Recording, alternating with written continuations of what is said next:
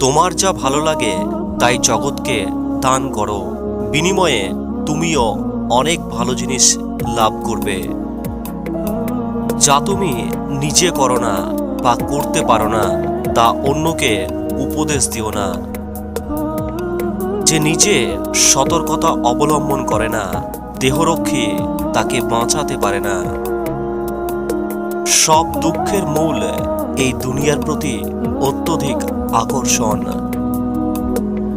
অসৎ লোক কাউকে সৎ মনে করে না, সকলকেই সে নিজের মতো ভাবে। যে নিজের মর্যাদা বোঝে না, অন্যেও তার মর্যাদা দেয় না। মানুষের চরিত্র সত্য ও সুন্দর হলে তার কথাবার্তাও নম্রভদ্র হয়। কৃপণতা সকল বদভ্যাসের সম্মিলিত রূপ। এটা এমনই এক লাগাম যা দ্বারা যে কোনো অন্যায়ের দিকে টেনে নিয়ে চলে। স্বাস্থ্যের চাইতে বড় সম্পদ এবং অল্পে তুষ্টির চাইতে বড় সুখ আর কিছু নেই। মনে রেখো, তোমার শত্রুর শত্রু তোমার বন্ধু, আর তোমার শত্রুর বন্ধু তোমার শত্রু। রাজ্যের পতন হয় দেশ হতে সুবিচার উঠে গেলে, কারণ সুবিচারের রাজ্য স্থায়ী হয়। সুবিচারকের কোনো বন্ধু দরকার হয় না। হীন ব্যক্তির সম্মান করা ও সম্মানীয় ব্যক্তির অপমান করা একই প্রকার দোষ।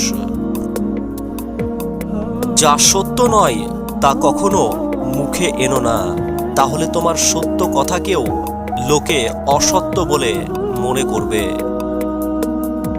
বড়দের সম্মান করো, ছোটরা তোমাকে সম্মান করবে।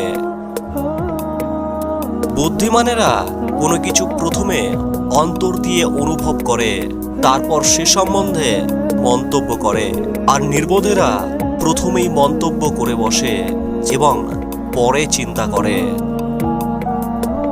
অভ্যাসকে জয় করাই পরম বিজয়। পাপ লুকানোর চেষ্টা করে কেউ কোনোদিন সফল হতে পারে না।